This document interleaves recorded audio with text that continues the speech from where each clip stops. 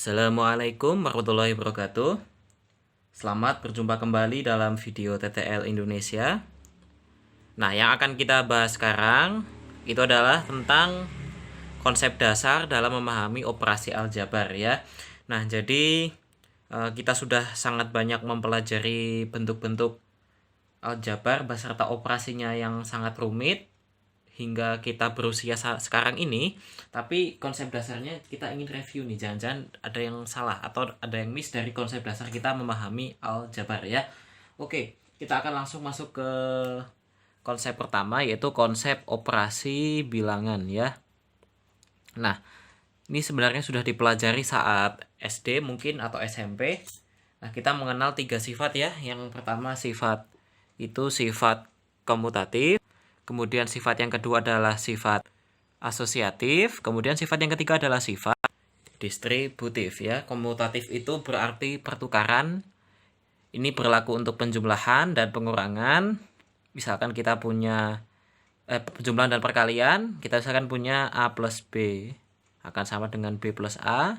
Begitu juga saat kita punya A dikali B, ini sama dengan B dikali A. Ini mungkin sangat jelas ya. Untuk pengurangan gimana? Pengurangan tidak boleh digunakan sifat komutatif. Nah, misalkan kita sekarang punya pengurangan A dikurangi B tidak sama dengan B min A, tapi akan sama dengan B min A lalu diberi tanda negatif di luarnya.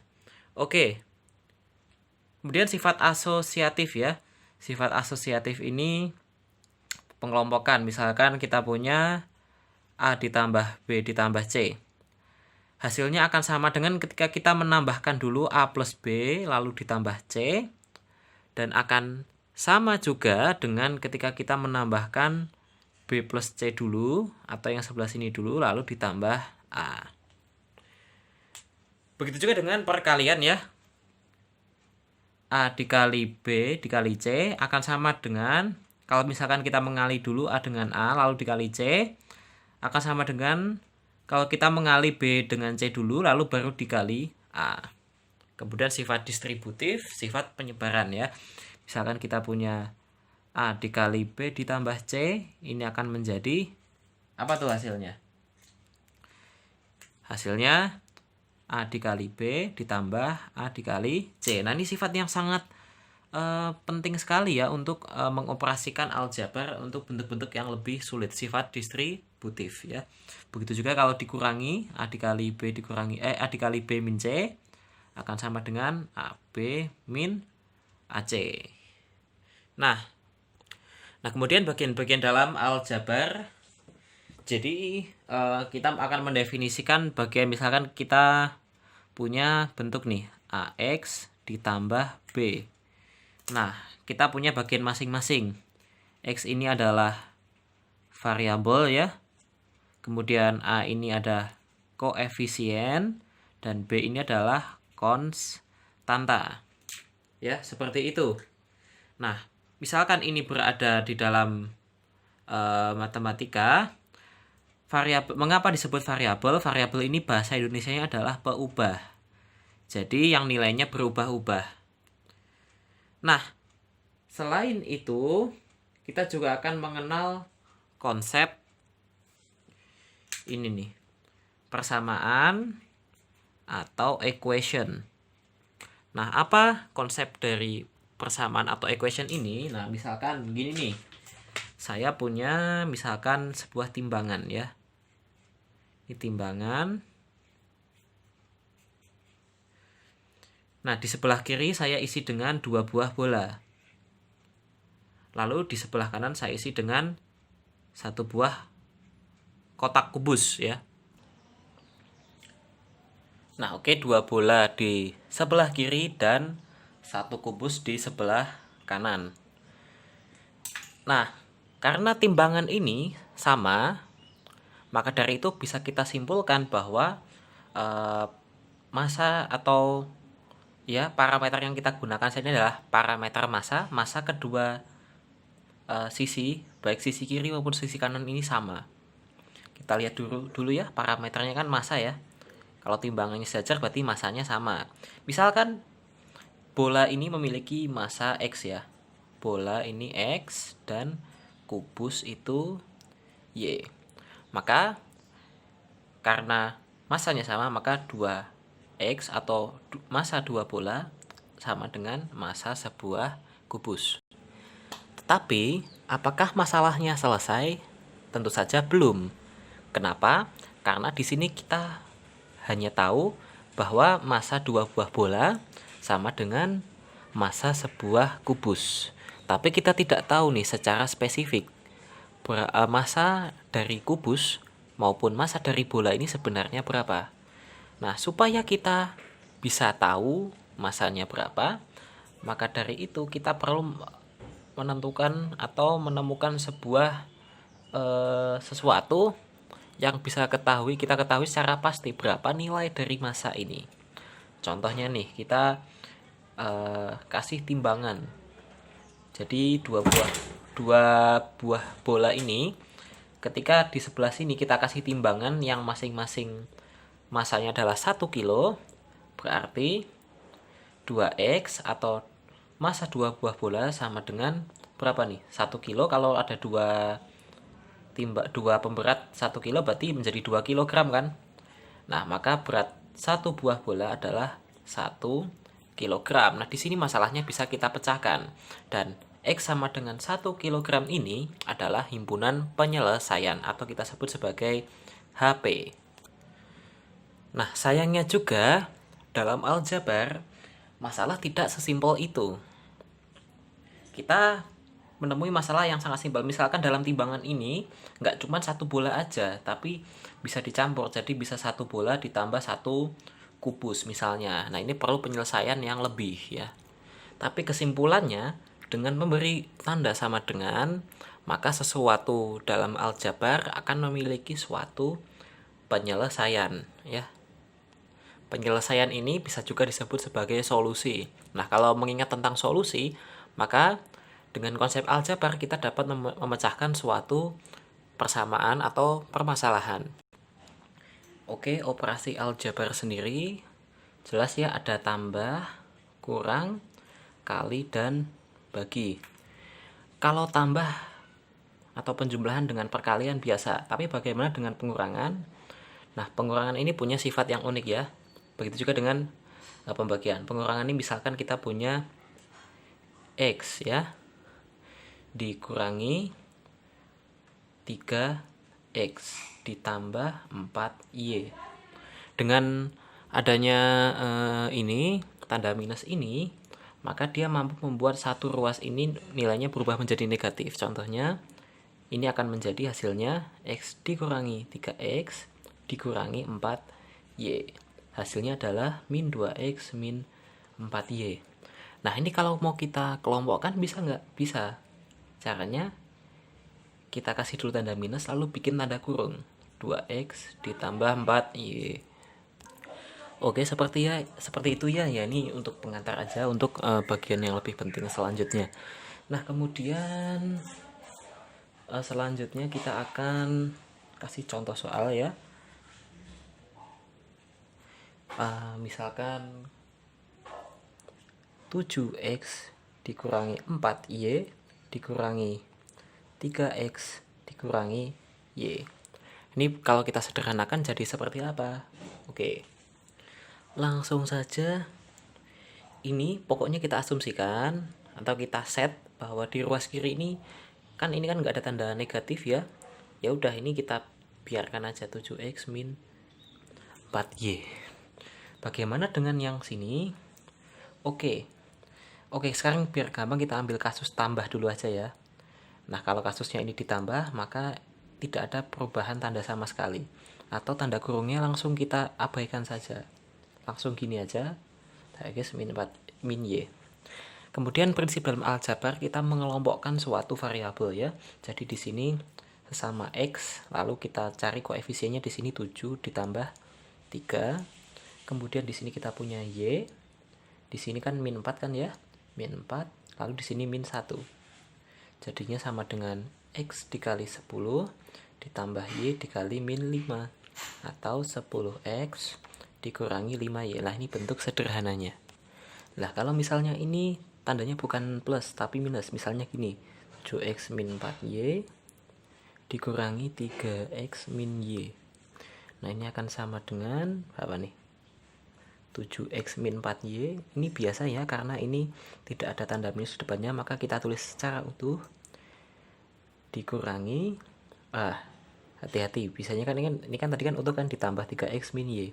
Sedangkan karena ini tandanya minus dan ini sebelum kurung, maka langsung kita ganti tandanya, bukan plus 3x min y tapi min 3x plus y. Itulah akibat dari tanda negatif. Hasilnya adalah 4x dikurangi 3y. Oke, sampai sini oke. Nah, kemudian konsep aljabar pada pecahan. Misalkan kita punya pembagian ya, A dibagi B, maka ini bisa diwujudkan dalam bentuk pecahan A per B. Nah, dalam mengoperasikan pecahan, ini kita bagi menjadi dua kelompok, yaitu plus minus, kemudian kali bagi. Untuk plus minus, maka konsep utamanya adalah samakan penyebut ya. Jadi yang atas ini adalah pembilang, yang bawah adalah penyebut. Misalkan 7 per X ditambah 10 per X. Penyebutnya sudah sama, berarti langsung kita jumlahkan 7 plus 10 per X atau 17 per X. Nah, lah kalau di sini 7 per X ditambah 7 per Y, pembilangnya sama tapi penyebutnya beda. Bisa dioperasikan nggak? Jawabannya tidak bisa ya. Kemudian untuk perkalian pembagian tidak harus sama. Perkalian pembagian ini konsepnya sangat enak ya. Kalau tadi penjumlahan dan pengurangan, misalkan kita punya A per M plus minus B per M, ini hasilnya kan auto. A plus minus B per M, ya plus minus ini maksudnya plus bisa, min bisa. Tapi kalau misalkan kita punya A per M dikali B per N, langsung aja ini di sini AB per MN. A dikali B dibagi M kali N. Sangat gampang kalau perkalian itu. Kalau pembagian, nah ini kuncinya adalah di suku yang sebelah kanan ini kita balik. Maka kalau kita punya A per M dibagi B per N, ini akan sama dengan A per M dikali N per B. Nah, ini keunikannya. Nah, ini soal yang pertama. Kita akan belajar dari dasar. Hasil penjumlahan 2x per 3 dan 3x plus y per 4. Nah, ini langsung dijumlahin aja. Nah, ini kalimatnya ini istilahnya hanya yang bikin lama lah. Intinya cukup kita jumlahkan. Cukup kita plus. Nah, apa prinsip dari pecahan? Menyamakan penyebut ya. Jadi, kalau kita memiliki penyebut yang berbeda, kita harus samakan. Nah, jadi dalam pecahan itu tidak hanya bisa diwujudkan dalam satu bentuk saja. Misalkan kita punya angka 2 per 3. Nah, ini nilainya akan sama dengan 4 per 6, 6 per 9, 8 per 12. Asalkan di sini kita kalikan suatu bilangan, ya. Misalkan di sini kita kali A, kalau bawahnya juga kita kali A, maka pecahan ini nilainya setara atau sama. Asalkan dikali bilangan yang sama, pembilang dan penyebutnya. Nah, supaya ini penyebutnya bisa kita samakan, kita harus cari KPK-nya ya. KPK boleh atau hasil kali juga boleh. Oke, kita kesepakatan akan mencari KPK dari 3 dan 4, tapi juga hasil kalinya juga sama. Yaitu berapa? Yaitu penyebut 12. Oke, maka dari kedua pasangan angka ini harus kita jadikan yang penyebutnya 12. 2x per 3, di sini kita kalikan 4 per 4. Ya. Ini akan menjadi 8x per 12. Sedangkan 3x plus y per 4, di sini masing-masing kita kalikan 3, akan menjadi berapa nih? 9x ditambah 3y, ya kan? Dibagi 12. Ya udah, habis itu kita jumlahin aja ini sama ini. 8x ditambah 9x ditambah 3y dibagi 12. Hasilnya berapa nih? 17x, iya kan? 8x tambah 9x ini 17x ditambah 3y dibagi 12. Lah inilah hasil akhir yang diminta. Nah, kemudian kita punya soal hasil pengurangan ya. Nah, ini teman-teman jangan sampai bingung kalau ada kalimat soal hasil pengurangan A oleh B, berarti ini kan A ya, ini B, maka ini hasilnya sama dengan A dikurangi B. Jadi jangan kebalik. Oke, langsung saja. Tekniknya masih sama, kita samakan dulu penyebutnya, cuman kita sekarang mengerjakannya dengan lebih cepat ya. Jadi kita langsung saja bikin suatu garis bilangan yang panjang.